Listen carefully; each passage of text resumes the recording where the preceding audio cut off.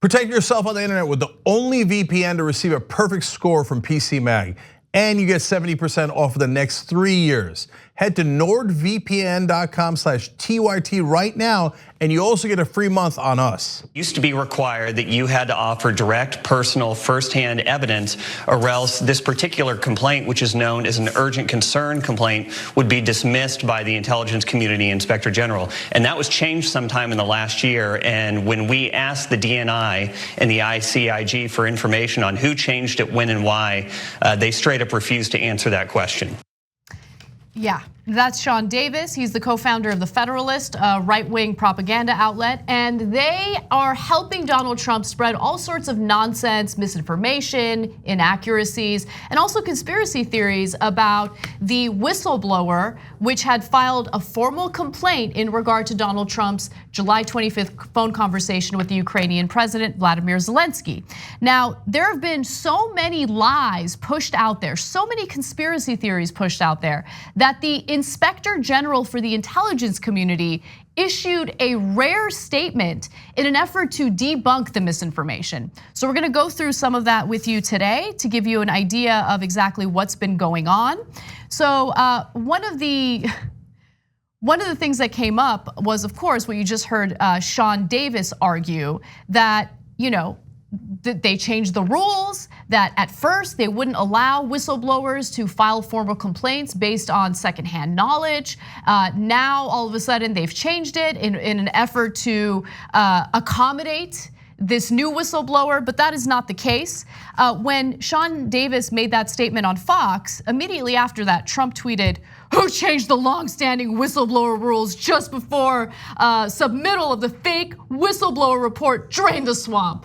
Okay, so the Inspector General for the intelligence community has debunked that, writing, "The disclosure of urgent concern form the complainant submitted on August 12, 2019 is the same form the ICIG has had in place since May 24th, 2018, which went into effect before Inspector General Atkinson entered on duty as the Inspector General of the intelligence community on May 29th, 2018, following his swearing in as the Inspector General of the intelligence community on May 17th, 2018. So this is their way of saying, no, this was a rule that was in place well before the whistleblower filed this formal complaint. Any other misinformation should just be brushed aside. Yeah, so there's two different things here. But first of all, on whether the rule was changed nefariously so that they could get Donald Trump. No, the rule wasn't changed. The Federalist just made that up. Exactly. So let me give you more. The Inspector General also writes, the complainant on the form he or she submitted on August 12, 2019, in fact, checked two relevant boxes. The first box stated, "I have personal and or direct knowledge of events or records involved." And the second box stated, "Other employees have told me about events or records involved." Now I bring that up because even if they had changed the rules in the way that conservatives are pushing out, the reality is this whistleblower had both firsthand knowledge and secondhand knowledge about Donald Trump's dealings and communications with Ukraine. Now let me give you, go ahead, Cenk. Yeah, but also there is no such rule that says whistleblower complaint with only secondhand knowledge is illegitimate and not credible. So Trump is saying, oh my God, and the Federalist is saying, oh my God, they changed the rules. Before it was not credible, now they made it credible so that they could get a secret person with a secondhand complaint, blah, blah, blah, blah, blah. None of it is true. So it was never a rule. In fact, now let me go to Chuck Grassley, who is a stalwart Republican from Iowa. And so Grassley, right-winger through and through, Senate Republican, but also the chairman and co-founder of the Senate Whistleblower Protection Caucus. So he writes today, when it comes to whether someone qualifies as a whistleblower, the distinctions being drawn between first and secondhand knowledge aren't legal ones. It's just not part of whistleblower protection law or any agency policy.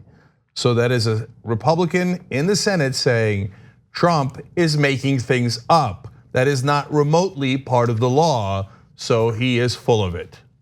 So one other talking point that we learned about just last week was when Trump accused the whistleblower of being, quote, close to a spy. And the IG statement actually addresses this. But before we get to the IG statement, I just want to remind you about what he said. There was an audio recording of Donald Trump making this claim while addressing the UN in Manhattan. Take a look. I want to know who's the person that gave the whistleblower, who's the person that gave the whistleblower the information? Because that's close to a spy. You know what we used to do in the old days when we were smart, right? The spies and treasons. We used to handle it a little differently than we do now. So there's Donald Trump suggesting that the whistleblower was close to a spy and that the spy should be executed. That is exactly what he's implying in that statement. So you can't argue that one. If you were arguing, well, his tweet saying maybe they're committing treason, well, okay, yes, the only penalty for treason is death and execution, but he's just being glib or whatever excuse you made for him. Well, in that tape, it's super clear. He's saying, you know what we used to do to spies. Well, we didn't give them jaywalking tickets for spies in the past. It was execution, right? So he's talking about not just locking up his political opponents, but executing them. And so understand why the whistleblower law exists in the first place. It exists to protect legitimate whistleblowers.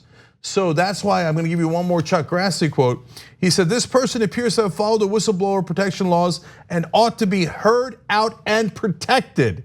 It's amazing that a Republican senator is saying this person who works in the government must be protected from the Republican president who's threatening to do him harm, okay?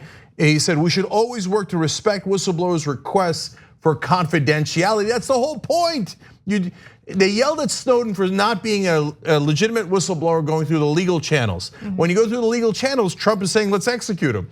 So even Republicans are like, no, the whole point is to protect the whistleblowers and not ruin their confidentiality. Joaquin Castro went on TV today.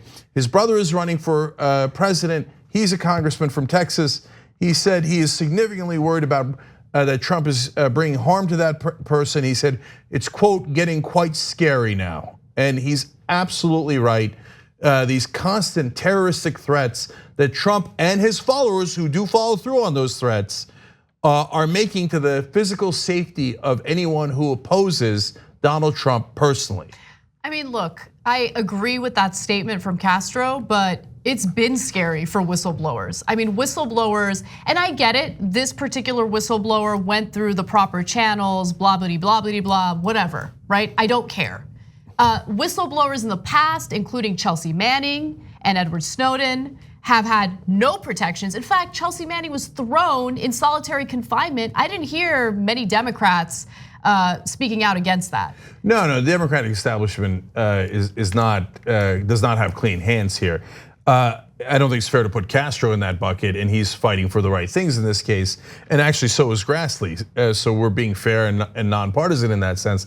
By the way, today, Maxine Waters said that Trump should not only get thrown out of office, but should go to prison and have solitary confinement. And what happened? People flipped out. Oh, it's not civil. It's not civil. By the way, I talked to a guy the other day who got a month and a half in prison, and the first week was solitary confinement for a simple drug possession. So we do that to people all the time without caring about them at all, because they're middle class or they're poor, they're average Americans. But when you get to the beloved elite, when Maxine Waters even suggests solitary confinement, people are like, how dare you? Meanwhile, Trump is threatening to kill people, and we're having a debate about it. Right. But Maxine Waters threatens to, prison for someone inside the club, and everybody's verklempt about it. Oh my God, Maxine Waters is the bad guy. No, there's one very, very clear bad guy here, the one threatening to execute his political opponents.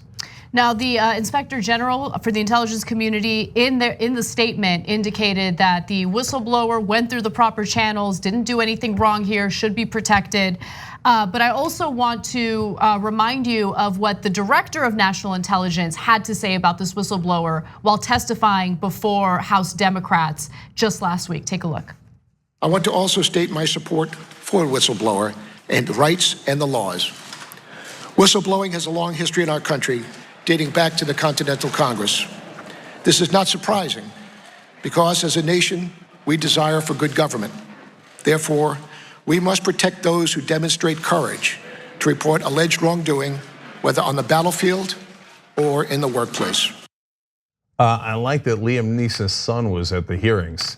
Did you see the guy in the back left? He had a very special set of skills. Don't mess with the dude. Can you show us real quick on the left? No. You don't have my son. I have your son. Release the Kraken. Release the whistleblower. How's that for random? I didn't even notice that guy. It's amazing. But anyway, again, these types of statements from the Inspector General for the intelligence community, it's extremely rare. And I'm glad that this type of debunking is happening. If you look at impeachment polling, more and more Americans are behind this impeachment inquiry, which is important. So that means that all of these lies and all of these smears toward people who are doing their jobs, not working. It's not working. For once, these Republican talking points aren't really getting through to people. Now, more about how you can save 70% off of military-grade encryption from NordVPN. Just simply head over to nordvpn.com/TYT to keep yourself protected from prying eyes. And for a short time only, use the code TYT to get an extra month off of Nord for free. Thanks for watching.